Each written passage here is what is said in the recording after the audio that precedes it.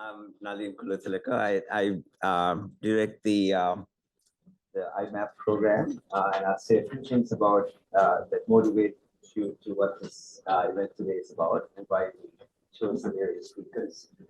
Um, this is probably different to some of the other research on taps that you've heard about, partly because this thinks about it from the point of view of businesses. Businesses are a central player in this conversation today. And after all, we live in a society where we can't really escape the presence of businesses. That's reality. But what they do, whether they're making steel or cars or milk powder, they are going to impact all of us. They're going to impact the environment. They're going to impact society as a whole. And but some of it is positively, but there's also some negative impacts, such as pollution and other things that really affect society as a whole or the communities they operate. So with that in mind, recognizing that, for a long time, as consumers, we've been interested in that. We've been trying to, through our purchase behavior, influence the way companies behave and trying to improve their footprint or impact on society. Policymakers, since that's one of their primary functions, have been trying to deal with that. But more recently, investors, those of us as investors, have also been being concerned about it because the primary owners of assets, like us through our pension plans or through our portfolio investments, we've been trying to discipline companies or signal to companies our desires for them to act in more responsible ways. But in order to do this, we have to be able to measure the impact in meaningful ways before we just respond, before we try to impact behavior. And two friends of Boston University who wish to remain anonymous stood up a research program with the intent of improving this measurement and then also the allocation of the costs associated with these impacts to various parties, whether it's the consumers, direct consumers, or whether it is a society as a whole, or whether the corporations and their owners should be bearing this cost. So the IMAP program started that way. And I'll say a few words about that. It's a program that is funded and advised by a number of asset management firms. And we have on the slide here the list of firms who together manage over $1 trillion of assets, who are our sponsors and our advisors.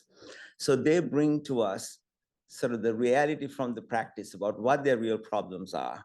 And we, as researchers, cutting across the university, try to bring the various disciplines to try to improve the metrics and the measurements that we present to them.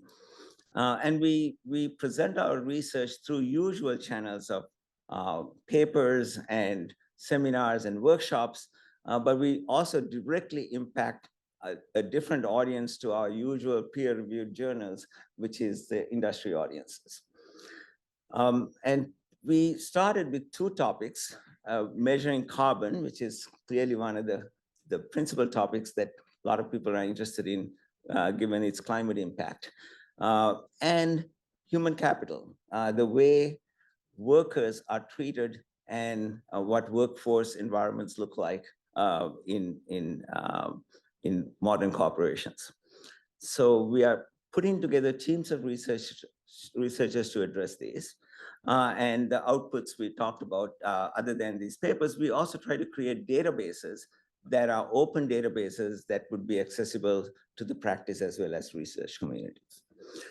We have a whole lot of research programs in place. I'm not going to go through these things, but one of the things I want you to recognize is it cuts across the entire university, various disciplines. Although we are primarily based in the Institute for Global Sustainability and the Questrom School of Business, we reach out to all schools, and you'll see some of that flavor in today's talks.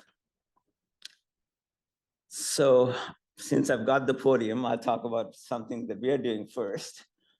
This is work that we have a number of researchers Susan Murphy from the IMAP program, but principally Alicia Zhang, who is a College of Arts and Sciences PhD student working with Robert Kaufman as the principal advisor on this topic. And her problem that she's looking at, that I'll talk about, is corporations, businesses in general, have been presenting targets for their carbon emissions. And this is kind of driven by the global interest in trying to keep temperature growth lower than 1.5 Celsius or 2 degrees Celsius, but sort of drilling that down to what specific actions should industries and then companies do in order for us to be within those limits. And so companies report and state what their targets would be, but not all these targets are met. And not meeting these targets impose risks to themselves, the companies, as well as to society. So we think of this as a metric of risk that is not captured in other pieces of information that one might be looking at. Particularly as an investor, this might actually be the canary in the coal mine of risks that companies would face in the future. And this research tries to get at that early on. So let's take an example to motivate you and to fix the ideas. We started looking at electric utilities, which happen to be one of the largest emitters of carbon in the United States and in the rest of the world as well. This is one in New Mexico, Public Services, New Mexico, that set a bunch of targets. Historically, you can see the dots and the red line shows what their trajectory of emissions have been. And the horizontal lines are saying what their stated targets were and when those targets were set. So for example, the early ones for 2015 was set back in 2010. And you can see that the targets, they didn't make the targets. Okay? But in 2020, which is the other year that most targets were set, they were met, but depending on when the target was revised. So it seems to be that as time goes on and they're able to or not able to meet these targets, they seem to revise these targets as well. So one might question how valid these targets, meaningful these targets are. So these are the 2 years where that you find the targets were not met in one cases, in other cases they were. But interestingly, these are considered mandatory targets. So what does that really mean? In this case, the state has a set of regulations that require utilities to have their emissions below a certain point, and they didn't meet them. And they usually accompany fines or penalties, pecuniary ones, where they have to pay some monetary cost associated with it. But in this case, there seem to be loopholes out of that for various reasons. So when we look at whether or not a company meets a target, you have to take into account what an economic environment, what regulatory environment they operate in. And you have to look at the details and the nuances of it to really understand that.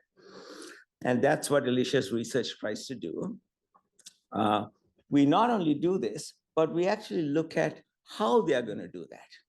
So in this case, the way the utility was trying to meet these targets was by retiring some coal-powered power plants and replace them with renewables, or to, in some cases, maybe to sequester the carbon emissions from the coal plants and meet the requirements. So now in this case, you're really trying not just to look at the history, but to look at the future and see what targets they would be setting. And we try to build a model to predict those. So looking at in 2015, they set a set of targets. 17, they revised them and made them more aggressive to get to be carbon neutral by 2040. And once again, in 2020, this was revised based on a number of things, including demand growth in those states that might require them to revise their plans. How were they going to do that? They were going to do that by closing certain plants that were large emitters. So in our model, in Alicia's model, they have not only sort of quantitative variables about how large the plant is, how much emissions they have, and the penalties associated with it, but their strategic plans about how they're going to do that. And she built a model of that, a discrete choice model. And having done that, the results she got are quite interesting. So it's showing that in the nearby years, the green bars in this graph is showing that a lot of those targets would be met on time because they'd be able to close the plants as they were stating on the strategic plans. The yellow lines are saying they would be done, but they'd be delayed. But there were some that would never be done. So even though the targets are there, there'll be circumstances that will be preventing them. So what she's working on now is trying to find out how they're going to deal with these plants that are not going to meet these carbon targets. And in many cases, it's turning out that they may have an alternative method to capture that carbon and sequester it. So hopefully this gives you a brief flavor of the kind of work she's doing, and we'd be happy to talk more about it in the future.